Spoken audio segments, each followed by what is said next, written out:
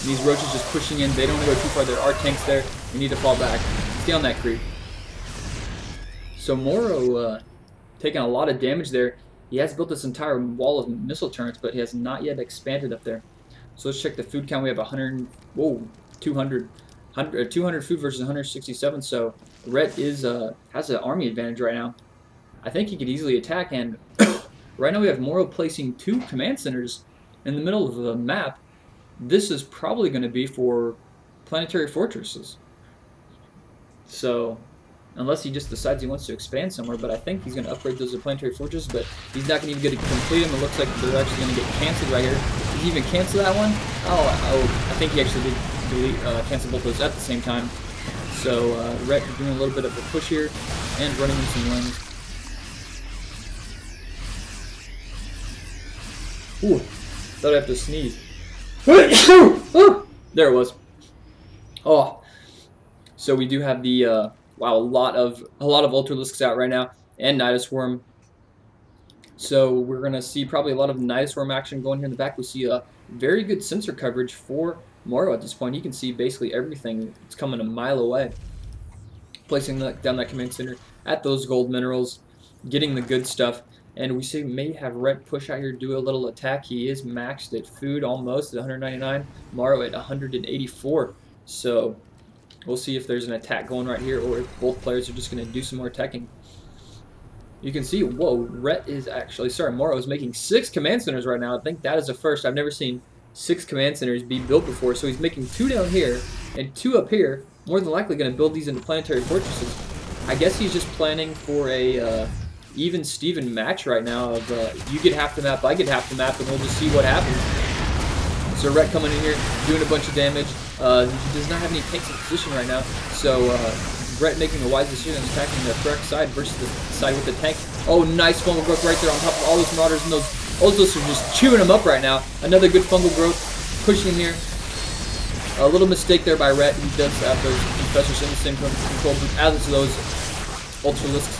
And he just completely destroyed that entire bio section of MorroW's army, and he's going to lose his command center very quickly right here. And he might actually be able to repair before it burns to death. And actually, it looks like MorroW is going to be able to fight this off slowly. And we had another attack here against these planetary fortresses, but SCVs were here in place to repair. So this is definitely the side of the map that is MorroW's strongest point. You can see all these missile turrets here and these tanks, which are in a very good position. It is extremely hard for Ultras to get in here. I don't know if he did this on purpose or accident, but with these missile turrets in the way, I don't know if Ultralisk is small enough to fit in here. Looks like we have another attack coming here from the top. 2 more command centers being built. Some links coming in. There does not have enough units to do anything right now. He just needs to fall back. He needs to rebuild his army. Research, or actually not research, build some Banelings. And he has not used his Nidus network yet. Well, actually, some Broodlords coming out of nowhere. Those things are going to bust that hole really quick. And this Planetary Fortress is going to start racking up the kills right now. That one has got 30 kills, 13 kills for this one, 33 kills. And there's just not enough room for the SCVs to get in there and repair those things. Got a complete surround. These Broodlords are just pushing in and just taking everything out. MorroW really needs some Vikings right now to deal with these Broodlords. Those Planetary Fortresses do not shoot up. And these Broodlords are going to take a big chunk out of his army right now. Up here we have 2 more planetary fortresses probably going to be being produced, and he's pushing up with a bunch of Marines, but those Broodlings just get in the way, and these minerals are in the way. It does not give him a really good chance to get up there and do damage. His Broodlords have such a crazy range, 9.5, while the Marines only have a range of 5. So we have some Marauders up here, but unfortunately they don't shoot up either. So actually we actually have 1 Viking up here, but he does have Corruptors for AA. Rhett is in a commanding position right now. He does have extremely good tech on here, and just running in here, kind of focusing down this planetary fortress. It might have been wiser for him to just do a run-by with these Lings. Just do a run-by, get here in the back of the base where there are no planetary fortresses, and you can just take out those SCVs with ease. So pushing up right now with some Ultralisks, these things are kind of just getting wasted against these Marauders. If I was Rhett at this point, maybe he should just stick to entirely like a 90% air army with just 1 or 2, just like a very small ground army, because these Ultralisks do a lot of damage, but at this point you can see the efficiency of that air army for that Zerg player is extremely better. I can't even imagine how much damage all those Broodlords have done. There's one Viking out, so we'll see the production here. We got 2 more Vikings being produced and building armor being upgraded, which doesn't happen very often, and some Terran armor at level 3 for his infantry. 2 more command centers being built. Up here, he has not got these things finished yet. MorroW is not going to give up on building those 2 command centers right there. And he's got some SCVs just hanging around. I'm curious to see how many SCVs he has on idle right now. So rebuilding this base, can't even rebuild it right here because this army's in the way. So choosing to build it right there, he'll easily just move that afterwards. Down here is very good saturation, actually oversaturated right here, I would say, yes. He'll probably pull those up here to this gold as soon as that finishes. And he's got a lot of production buildings right now, 4 factories, 2 starports, probably going to have reactors in both, yeah. That'll allow him to fight off those broodlords and corruptors if they decide to push in again. So we have a 200 army versus a 200 food army. And I think we're almost at max upgrade. Ooh, we actually have a Nidus Worm in here. Oh! Does he see this? MorroW does see this. And he's going to have some units in position here. He's got those Vikings in position. Is he going to be able to snipe that? Oh, he needs to snipe that Nidus Worm with those units instead of that. Oh, wow, he does snipe that very quickly. 3 Ultimatalists do get out, but they will not have a way to get away. So these Ultimatalists are chasing down those units. They might be better off just focusing down on those SCVs. Coming up here, that one's going to take out that tank. And these 3 are running away. He's actually turning around. He's going to decide now to take out some SCVs. But now he's turning around. He's just going to go for the units. So those 3 Ultimatalists pretty much got wasted. And we have another Nidus network who's going to be popped up here. I'm trying to watch the mini-map, see where it goes. He's popping it back here in the exact same location, trying to flood in some more units. And doesn't look like he got very many units out this time. So these Nidus network spawns of Rhett have been not terribly efficient this game. We can see the command center is finished, but there's so many units in the way. He's going to have to move that to replace that command center.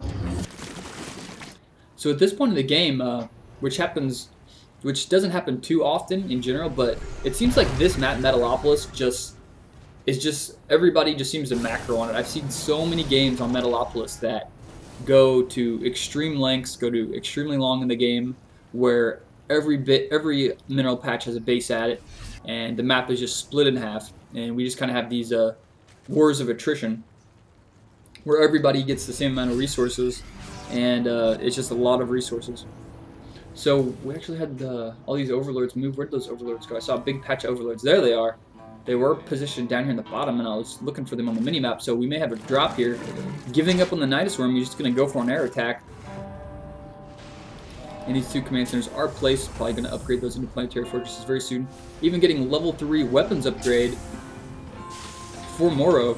He is 3-3 on his infantry. We haven't seen him do any drops lately. He did that 1 drop over here, got completely shut down. So it looks like MorroW is just playing extremely defensive this game. And Red has turned on the offensive. So it looks like he's just going to see what he's going to actually do. He did not get a fungal growth off there. That's going to be too bad. He does not want to lose those infestors. Oh man, completely just had those infestors in the wrong control group. Lost all 4. Didn't get a single fungal growth off. And it's down these Ultimatalists to do the damage. Looks like he's going to run away. He did take out 2 command centers and probably a couple tanks and a couple marines, but overall I think Rhett actually lost the battle there. We have a couple more broodlords and 18 corruptors being built. I wonder how many of those corruptors are going to be morphed into broodlords at this point. So we have 8 overlords being produced. So he must have lost a lot of overlords because you can see his food cap is 160 actually all just got built now, but it's down to 150, so he probably lost like 5 or 6 overlords in that drop. So that right there is at least 500 mineral loss for him. Rebuilding both of these command centers, and these 2 finally do get up. He has a missile turret there that is not finished. That thing is just sparking away like crazy. So we'll see how these players decide to go here. We have no armor upgrades for the Terran player yet on his armor. Not as important because those tanks are usually not doing much tanking this late in the game. They're more for the damage. So it'd be really nice if you put a sensor tower up here just to complete the little circle coverage for him. So we have a lot of Vikings, no upgrades on the Vikings. 7 more corruptors being built, so we actually have a lot of corruptors right now and about 5 broodlords pushing in. So these, if he can just keep the air advantage right now, Rhett could easily take this game. Corruptors do beat Vikings in a one-on-one fight, and if you add in the corruption, it's even a more one-sided fight.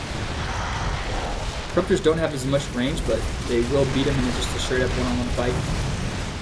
And I'm curious about the speed here. So the speed for Corruptor is 2.95 and a Viking is 2.75, so they can out-micro them too. At least speed-wise, so he's going to lose his command center to those Broodlords. Hopefully he will cancel. Not quite sure if he got that cancel off. But using these Broodlords, he's just pushing up very slowly, trying to use these Vikings to pick off the Broodlords, but Corruptors come in and just fight back those Vikings.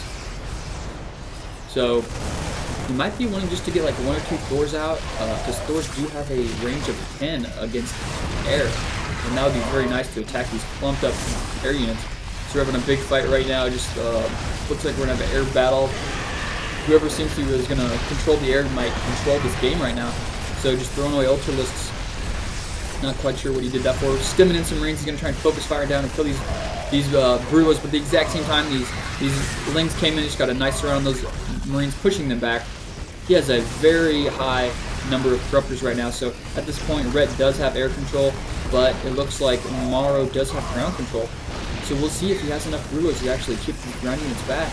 And MorroW just wanting to hold this side of the map. He's not planning on being aggressive at all. He's just going to put down 2 more command centers. Most likely upgrading those into planetary fortresses. 28 Lings being produced. He does have them into cracklings right now, so those things are very fast and very deadly. This is the point in the game where most players don't get to. So this isn't the very beginning of the game that's completely obvious. Everybody knows exactly their build or what kind of units they want to have. It's this point in the game where it's a lot more you're kind of freeballing it seems like. But we have a ton of Vikings just turning on focus fire and picking off Corruptors, and he does have wow, he macroed up a huge number of Vikings right now, and these Vikings are just taking out all their air units. So MorroW did regain the air dominance right now, and that's probably score crawler. Yes, it is. Those Vikings are just taking out those Corruptors so easily. He does start now to have some upgrading for his ship plating, so he's getting the ship weapons 1, 2, and ship armor 2 upgraded. So MorroW is definitely playing for air dominance right now. He noticed that he was getting crushed by that air, and he's just getting this Viking air dominance. Even picking off Overlords. He's just flying around here. There's so many Vikings. He's going to have to hide those Overlords again, because those things are going to start falling like flies. He's down to 164 food. And MorroW now with the air control is pushing up his ground forces. Safe to push in. Pushes and kills down that middle patch. And look how many bases each player is mining from. So we got 1 there, another 1 there. So it looks like just 2 bases being mined on for red. And MorroW just using these using these Vikings flying around the map and picking off any Overlords. Right about now, whenever he has these mass number of Vikings, is when you want to see Infestors come into play.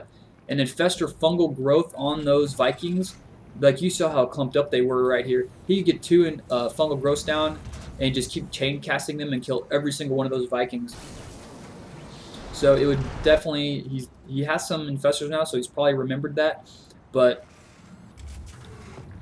he doesn't want to make the mistake he has done before, where putting those Infestors in the same control group as his army and then just clicking in here and just running his Infestors straight to the point where he clicked. And we saw that earlier here where he ran 4 Infestors all the way down into here, losing all 4 when they were full energy, not even getting a single fungal growth off.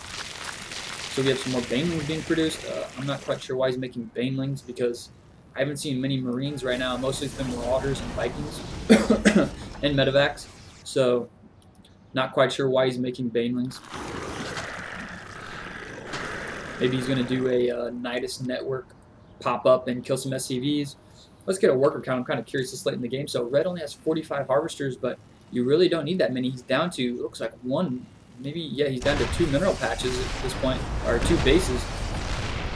Using that siege next to the Zelnaga Tower. That, of course, is a tank's best friend, are those Zelnaga Towers. Those things provide so much vision for those tanks, and you do not need that air coverage which you normally need in a TVT. So it looks like we're going to have an attack here from Red, just trying to throw everything at MorroW. But there's planetary fortresses here, Vikings all over the place, and this is not the side you want to attack. Red GG's. So that was an extremely long game, a lot of action, and MorroW just playing defense this whole game. He played so much defense, and just, he actually, I think he only attacked twice. He actually crossed this line in the sand right here about twice. One time he pushed up here, killed this, and another time after he got air dominance with all those Vikings, he pushed up here, killed this, and even came back here and had a couple Marauders killing some things. So MorroW just playing safe and steady, pulls the win. Rhett just decides to give up. He lost his middle mineral patch. He still had these two up here, but I guess he just got tired. This was an extremely long game, 42 minutes. I hope you enjoyed it, and I'll be back with another game very soon.